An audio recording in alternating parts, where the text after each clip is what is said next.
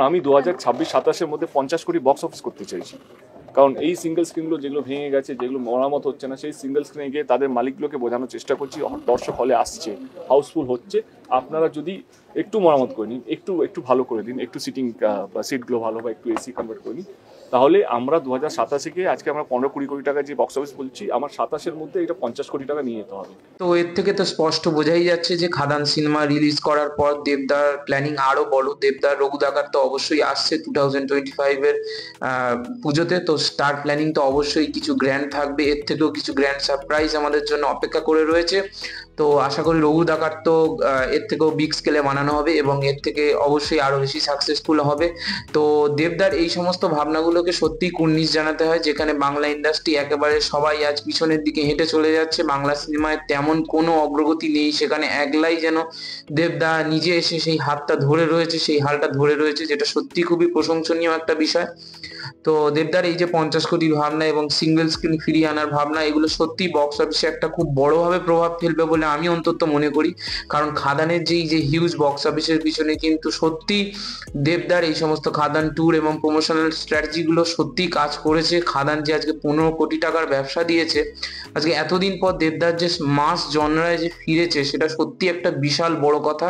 এবং প্রত্যেকটা জিনিস যেভাবে পাই টু পাই দেবদা এখনো অব্দি সিঙ্গেল স্ক্রিন ট্যুর গুলো মেনটেন করে যাচ্ছে, সেটা সত্যি কুর্নিশ জানানোর মতো।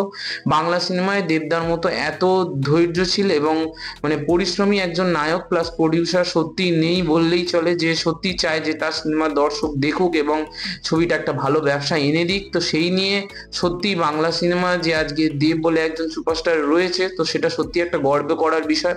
তো আশা করা যায় যে অন্তত খাদানের এই সমস্ত প্রমোশনাল স্ট্র্যাটেজি গুলো দেখবার পর বাংলা আপকামিং ইয়ার্সে যা যা বড় বড় সিনেমা আনবে, তো তাদের অবশ্যই প্রমোশনাল ট্যুর এবং স্ট্র্যাটেজিস গুলো ফলো করা। কারণ এটা একদমই স্পষ্ট যে খাদানের যে এইরকম স্ট্র্যাটেজির জন্যই কিন্তু আজকে খাদান এইরকম জায়গায় পৌঁছেছে, যে 15 কোটি টাকার বক্স অফিস দিচ্ছে, এখনো রানিং 2 সপ্তাহ রয়েছে তাদেরই নিজস্ব প্রোডাকশন হাউসের সিনেমা নটি বিনোদিনী, যেটা 23শে জানুয়ারি রিলিজ করছে। তার আগে অবধি কিন্তু খাদানের একটা বড় উইন্ডো রয়েছে টাকা কামিয়ে নেওয়ার। তো মোটামুটি 3 সপ্তাহ শেষে যে 15 কোটি টাকার ব্যবসা দিয়েছে, এখনো প্রায় অল ওভার 10 দিন, প্রায় ম্যাক্স টু ম্যাক্স 2 সপ্তাহ ধরলেই চলে। তো 2 সপ্তাহের কাছাকাছি কিন্তু এখনো ব্যবসা বাকি রয়েছে। তো 2 সপ্তাহ শেষে গিয়ে জানা যাবে যে অল টোটাল খাদানের ব্যবসা কত হলো।